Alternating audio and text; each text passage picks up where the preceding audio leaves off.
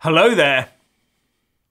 Last night, the House of Lords accepted the EU Withdrawal Bill as sent back to them by the House of Commons, and it will now go to Royal Assent to be made law.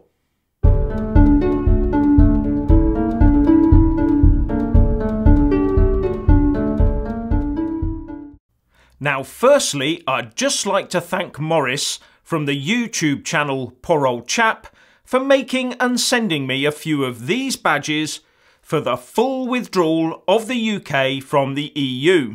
Very natty they are too. Now to business. Last night the Lords voted to accept the Commons version of the EU Withdrawal Bill, and it will now be toddled off to Her Maj for signing to ensure that the day we leave the EU there will be no legal shocks waiting.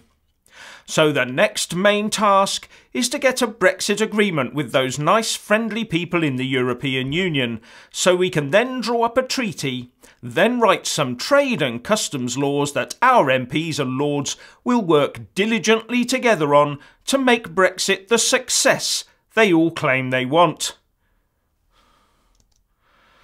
Now, the President of the EU Commission, Claude-Juncker, told the people of the Republic of Ireland today that they are not on their own in the Brexit negotiations and have the full backing of the other EU 26 nations as well as the EU Commission. He also said that a solution to the border issue was crucial to any withdrawal treaty, and it was a matter between the EU and the UK, not between the UK and the Republic.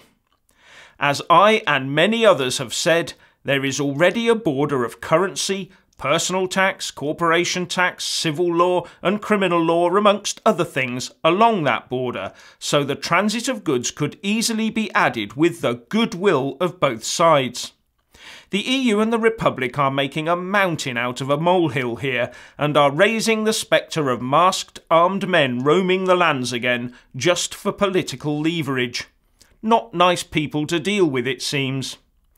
And I will remind those watching of Section 1 of Article 8 to the EU Lisbon Treaty, which says, "The Union shall develop a special relationship with neighbouring countries, aiming to establish an area of prosperity and good neighbourliness, founded on the values of the Union and characterised by close and peaceful relations based on cooperation."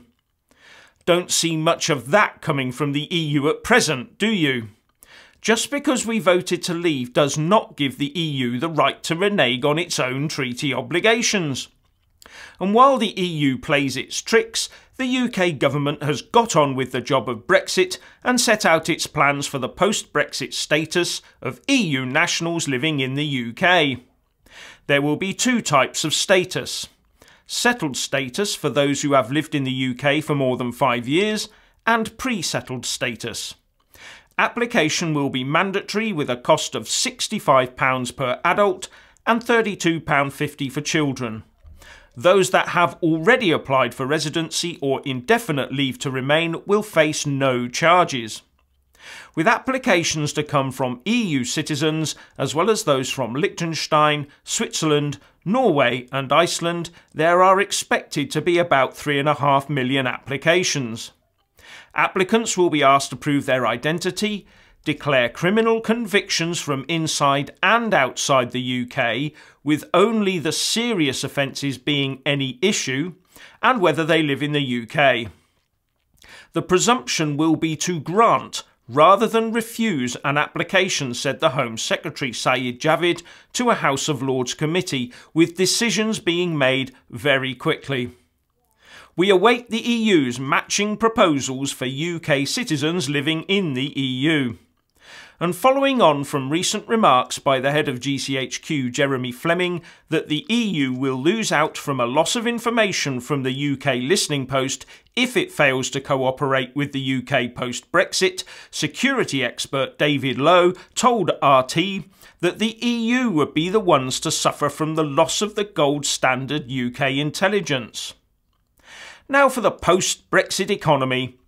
The Chancellor Philip Hammond is due to give his Mansion House speech tonight, where he is expected to set out his plans for groundbreaking financial partnerships around the world to make the UK the undisputed centre of global commerce. Global Britain is not just a strategy for Britain's economic future, he is expected to say. It's a statement about what kind of people we are, and about the economy and the society we want to be.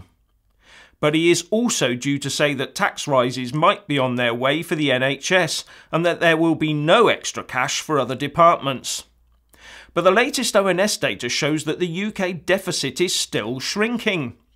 The deficit for the financial year ending March 2018 was £39.5 billion, which is £6.2 billion less than the previous year, and £5.7 billion lower than the Office of Budget Responsibility expectations.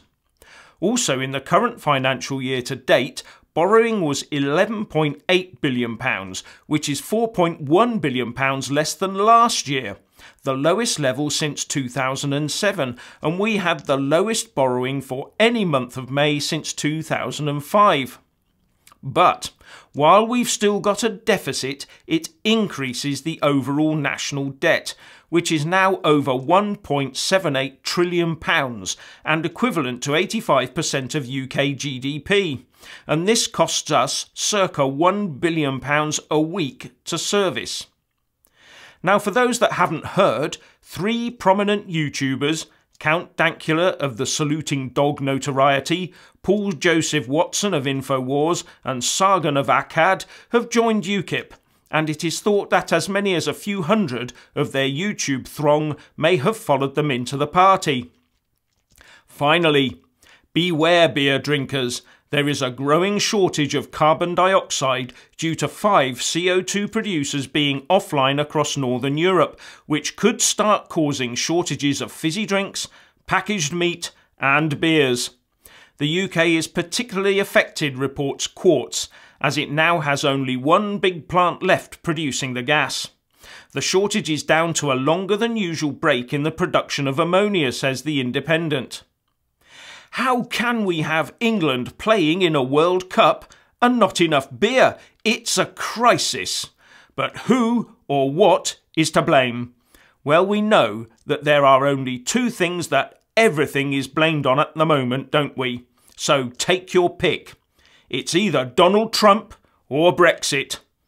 So, please let us all know what you think by leaving a comment below. Thank you for watching. Please do like and share this video, and also subscribe to my channel. And when subscribing, please do remember to press on the little bell next to the subscribe button. That way you'll get an alert every single time I put up a new video. Thank you very much for watching.